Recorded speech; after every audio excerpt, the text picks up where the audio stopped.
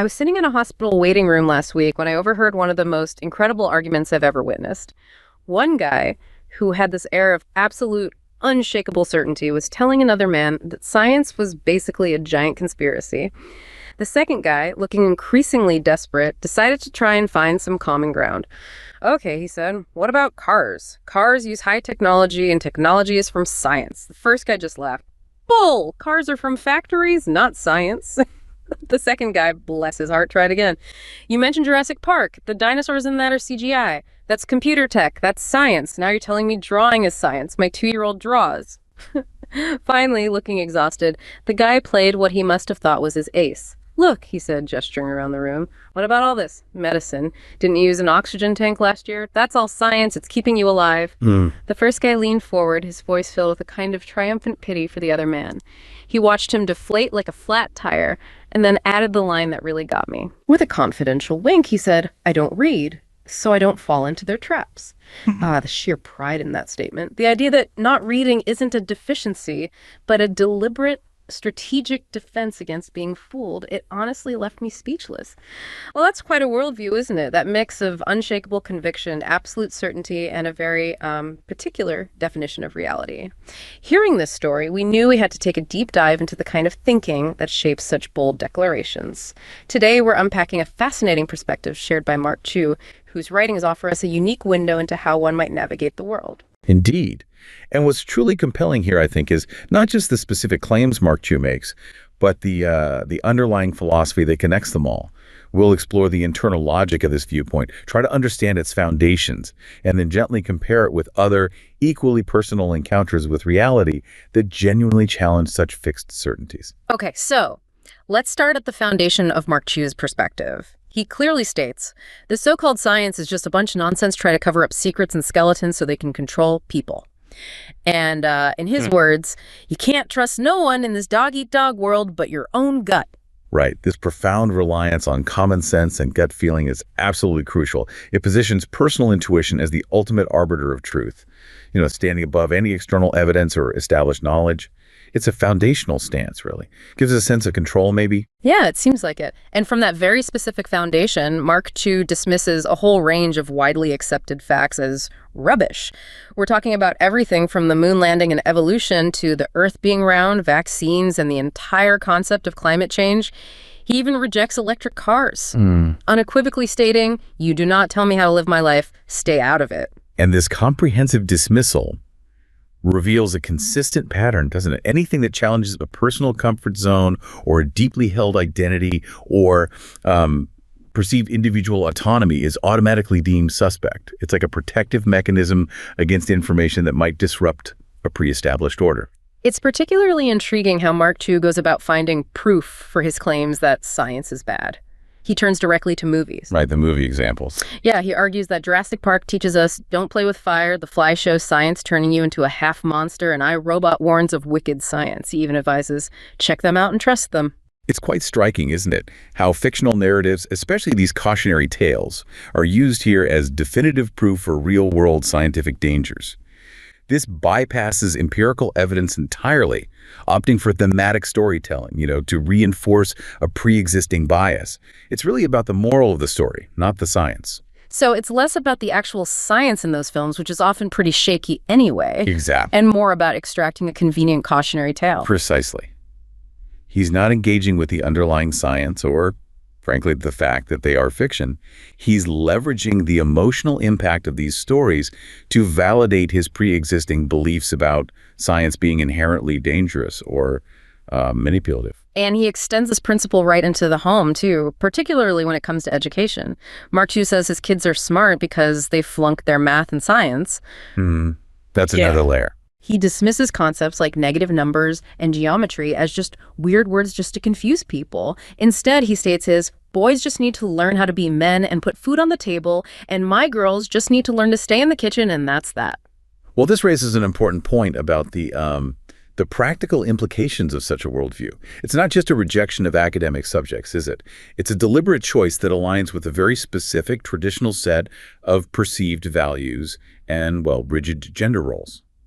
It suggests that a narrower focus is seen as strength, perhaps, even if it limits broader understanding. Thinking back to that hospital waiting room, you can really hear Mark Chu's perspective in full force. When someone tries to argue that cars use high technology and technology is from science, Mark Chu's response is just so characteristic. Bull. Cars are from factories, not science. Yes, that's a classic example. It conflates different stages of production and dismisses the underlying principles. It's a refusal to acknowledge the scientific research and engineering that absolutely precedes the factory assembly line. It reduces a complex process to only its final, visible stage. Simple as that, in his view. And the conversation continued, apparently. When the other person pointed out Jurassic Park's CGI as computer tech and therefore science. Yes, the CGI point. Mark Chu retorted, "Now you're telling me drawing is science. My boy started drawing it too. Drawing isn't rocket science." Which demonstrates an intentional narrow definition, right? He reduces complex technological processes, like CGI, which involves immense computation and, well, science. Yeah, of course. He reduces it to simplistic, everyday actions, like a child drawing, solely to invalidate its scientific basis. It's a way to maintain his argument by sort of redefining terms to suit his narrative. And then the final confrontation. When faced with the idea that hospital equipment, colonoscopies, oxygen tanks are all products of science. The very things potentially keeping him alive in that setting. Exactly. Mark Chu dismisses it all as injecting poison and small chips into my arms. And then he delivers that line, the one that really encapsulates his entire philosophy. I don't read so I don't fall into his trap. Wow. He watched the other man deflate like a flat tire after that, clearly enjoying what he perceived as a triumphant moment. That just highlights the profound irony, doesn't it? Dismissing knowledge itself as a trap and presenting illiteracy, or at least willful non-reading, as a form of intellectual defense. It's a deliberate act, choosing not to engage with information that might challenge one's established beliefs. It's a powerful mechanism for maintaining certainty. Certainty at all costs, it seems. Yes, even at the cost of understanding.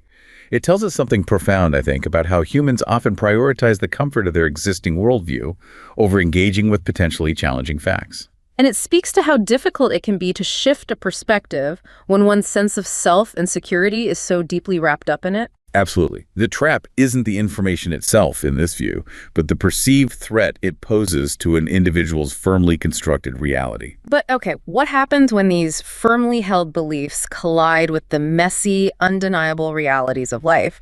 Our deep dive also includes glimpses into situations where that unwavering conviction starts to crack, or at least confronts significant friction. Right, where the theory meets practice, so to speak. Consider the person in the hospital, gasping for air, forced to rely on an oxygen machine. Despite the gut-screaming poison control and remembering past pronouncements against getting in their system, the body greedily accepts the wave of cool science. There's a raw hatred described for the dependency, but also a desperate, undeniable acceptance for survival. That vignette powerfully illustrates the fundamental conflict, doesn't it? Yeah. Between deeply ingrained beliefs and the immediate, undeniable experience of physical need. The body's biological imperative, that sheer will to survive, overrides the intellectual rejection in that moment. It's where a person's physical reality demands a different truth than their mental one. Then there's the pickup owner, watching his creek bed turn to dust, his cattle starving in the parched fields. He clings to the mantra, it's cyclical, blames city folk for the lie of climate change. The familiar denial patterns. But as he stares at the land, a cold dread begins to seep past the walls of his certainty, a fear that it isn't one, that it isn't just cyclical this time. And that shows a personal confrontation with environmental realities that gradually, maybe painfully, erode a long-held denial. The immediate, tangible impact on one's livelihood, on one's familiar world, can be a powerful catalyst for reevaluation. Even if that reevaluation brings a chilling and uncomfortable realization, it's the point where abstract ideas meet concrete, painful consequences. Finally, there's this really poignant story of the girl with the hidden book, while her father rails against school nonsense. The same kind of dismissal we heard from Mark Chu. Exactly. She's secretly tracing constellations and reading about light years. She sees a picture of a blue marble swirled with white clouds around Earth. Then, using her father's binoculars, she spots Jupiter's moons, just as the book said they'd be there. direct observation challenging the received wisdom. Yeah. And in that moment, her world had just become infinitely larger than his, but it came with this secret sadness of having to navigate it alone. That's a beautiful portrayal of independent discovery. It's not about proving someone wrong, necessarily, but about the quiet, personal expansion of understanding through observation and inquiry. That expansion, while liberating for the individual, can also create a lonely divergence from familiar belief systems and relationships. It's a powerful illustration, really, of the individual pursuit of truth and sometimes the cost of it. It's truly remarkable how we construct our realities, isn't it? Sometimes with this unshakable conviction, and other times with a quiet internal struggle against what we thought we knew. The journey through understanding, for better or worse, is often a deeply personal one, shaped by what we choose to embrace or perhaps what we simply cannot help but experience.